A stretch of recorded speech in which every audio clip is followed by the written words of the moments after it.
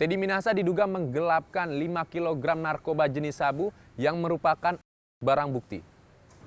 Ironisnya, sebagian narkoba tersebut dijual ke salah satu kampung narkoba. Berikut liputannya. Kasus peredaran narkoba seolah tak pernah luput dari keterlibatan aparat yang ikut mencari kesempatan.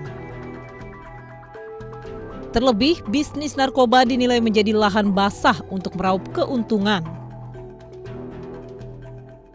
Kurangnya pengawasan menjadi titik lemah bagi para penegak hukum dalam memberantas peredaran narkoba.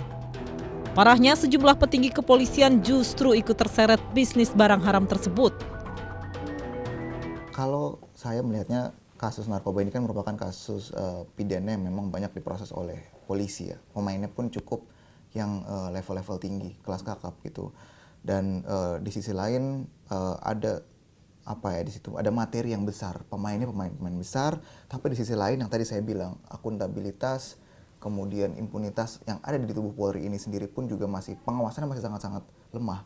Jadi itu yang kemudian membuka suatu ruang yang memang seharusnya itu diperbaiki.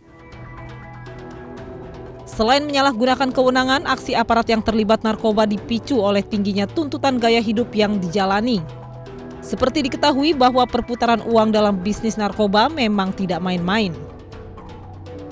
Kan itu menunjukkan bahwa kekuasaan itu kemudian digunakan untuk memperbesar lini bisnisnya. Sementara mereka yang tidak memiliki kekayaan sebelumnya menjadikan jabatan itu, kekuasaan itu untuk mencari uang juga. Maka mereka menjadi kaya ketika berkuasa. Nah, ini beda banget dengan kalau kita menerapkan prinsip good governance, clean government. Aksi aparat terlibat bisnis narkoba seolah bukan hal baru. Meski dilakukan secara sembunyi-sembunyi, namun identitas penegak hukum kerap tercium juga.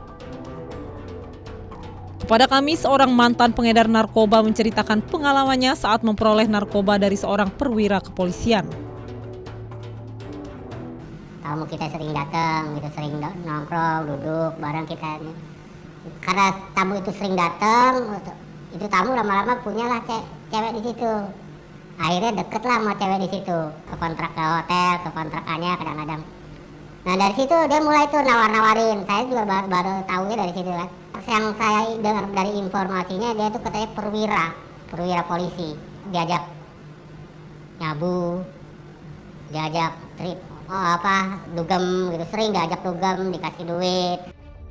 Untuk menyamarkan aksinya, tak jarang dalam melakukan transaksi, para pelaku harus merahasiakan identitas pemasok narkoba.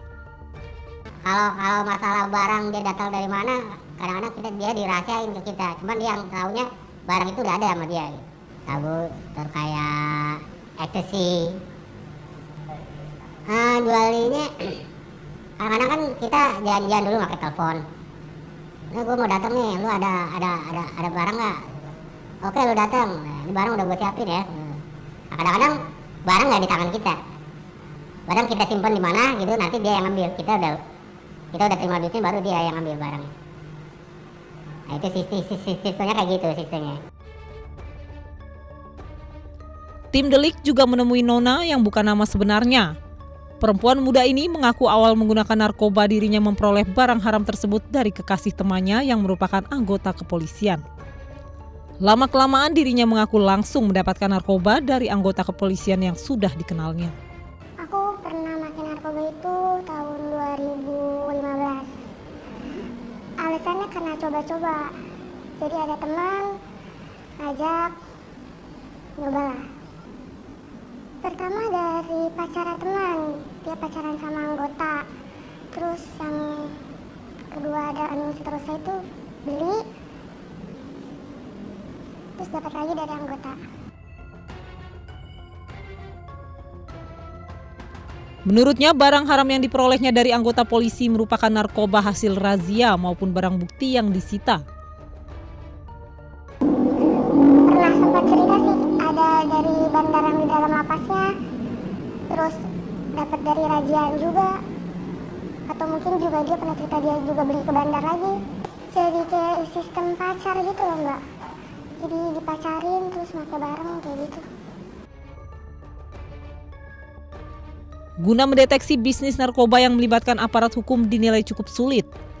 Sebab dalam memberikan laporan harta kekayaan pejabat negara tidak diwajibkan untuk membuktikan asal-usul uangnya. Masalahnya di dalam laporan LHKPN itu tidak ada kewajiban pembuktian asal-usul uang, ya, dikaitkan dengan profil penghasilan. Ya, pembuktian terbalik tidak diwajibkan di sana. Cukup melaporkan, tidak ada konsekuensinya.